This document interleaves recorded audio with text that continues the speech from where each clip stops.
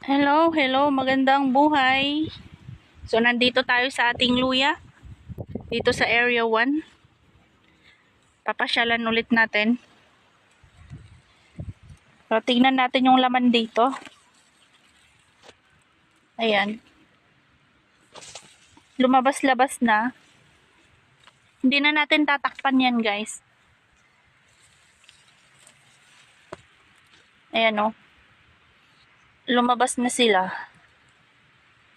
Nagsilabasan na. Meron pa doon.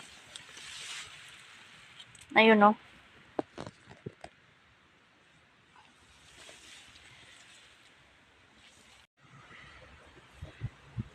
Hayaan na natin yung mga damo na tumubo para yun na lang ang magtakip. Para hindi mainitan.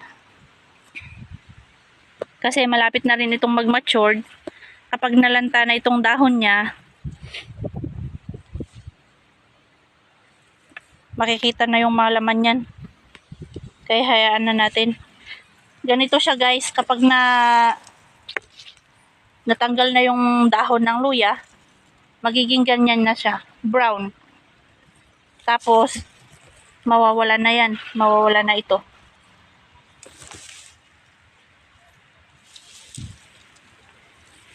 Kaya hayaan na nating maging masukal.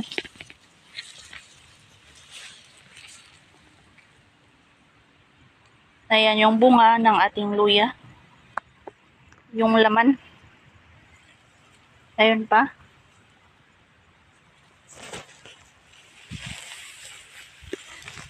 So, papasyal-pasyalan lang natin ang ating luya. Ayan, guys.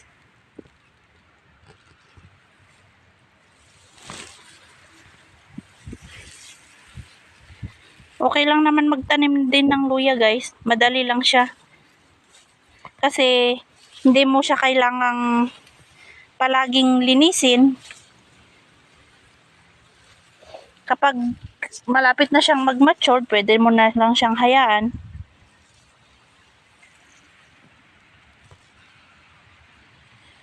Ayan ang ating luya.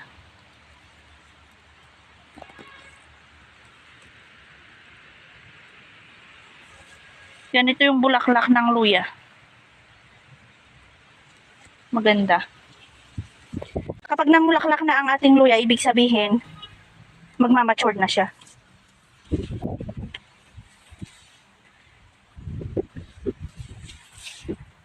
Madali lang magtanim ng luya, guys. Kapag ganito na siya, na malalaki na, pwedeng bisibistahin mo na lang siya. Ayan.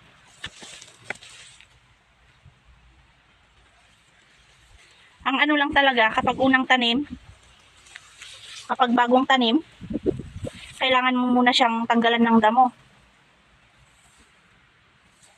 Pero kapag ganitong lumaki na, hayaan mo na.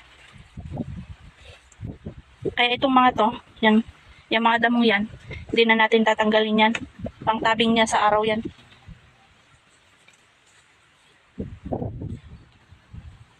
May nakita tayong sigarilyas dito, kukunin natin.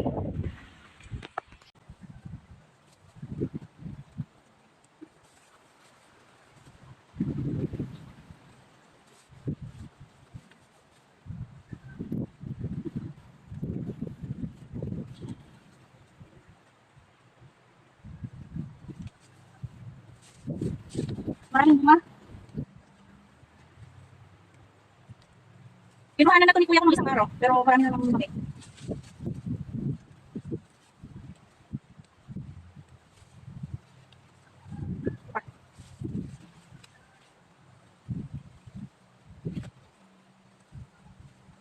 Yung hinahalo sa ano, di ba? Sa dinding ba yun? Yung panang Ilocano. Yan, guys. Yan, guys. Marami tayong nakuha. Nagdadala talaga ako ng plastic, guys, kapag nagpupunta ako dito. Kasi marami ako nakukuha ang okra dito. So, kukuha tayo dyan mamaya. Yan, guys. Tignan nyo ito, guys. Hanggang baywang ko lang yung yung dahon nito. Compared nung bandaron. Hanggang leeg ko yun yung sa bandaron. Ito, hanggang baywang ko lang ito. Pero tignan nyo yung laman niya Halos kaparehas lang din nung laman nung nandun. Maliit siya sa camera guys. Pero malaki yan. Ayan. Isang puno ito guys. Ito. Isang puno yan. Tapos dito yung pangalawang puno.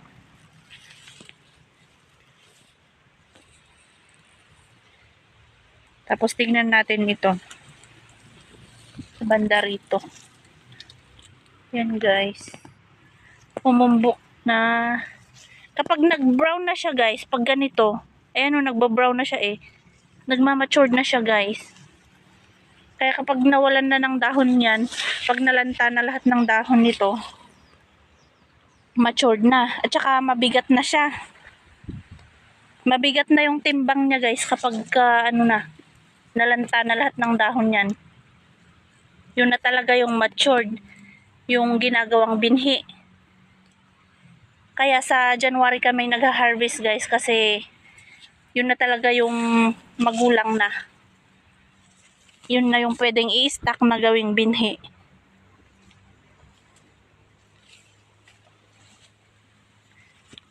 Ayan.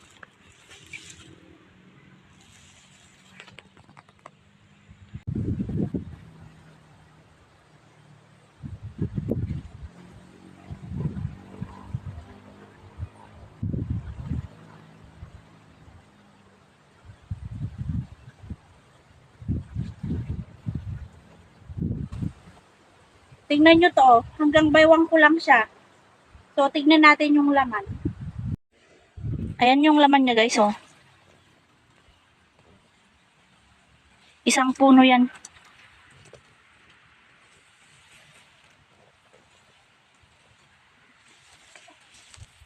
Umabot pa hanggang dito.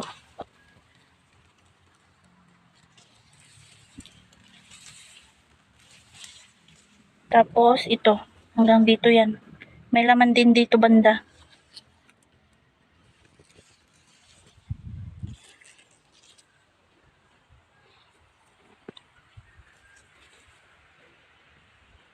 Parang ito din.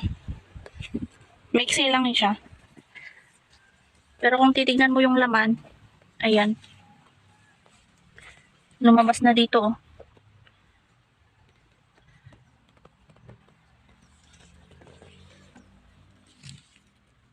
Tapos, umabot hanggang doon. Mahaba yan hanggang dito. Yan yung ating isang puno. Tapos, ito naman yung katabi niya. Umabot din hanggang doon. Yan.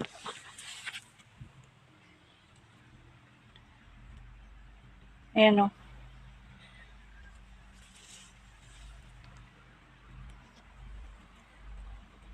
Maganda yan kapag harvest na. Bunot-bunot na lang Bubunot-bunutin mo na lang yan. Magandang mag-live na nun. Pag sa harvest. So, ila-live natin yon. Kaya abang-abang kayo sa ating mag-subscribe na kayo guys para updated din kayo. At para mapanood din ninyo ako sa January kapag na-i-harvest na natin ito. So, subscribe guys. Mag-subscribe po kayo sa ating YouTube channel, The Gardener. Para kayo po ay updated lagi sa ating luya. Ayan. Dito ako kumukuha ng mushroom noon.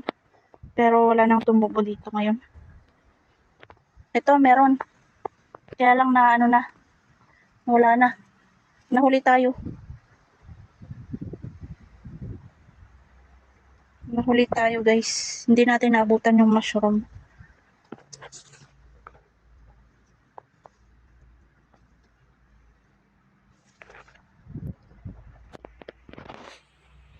Ayan, may isang mushroom dito guys,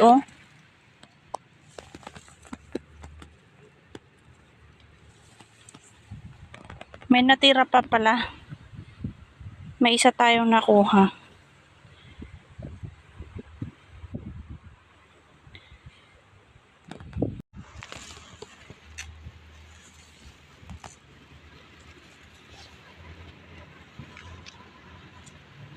Laki guys.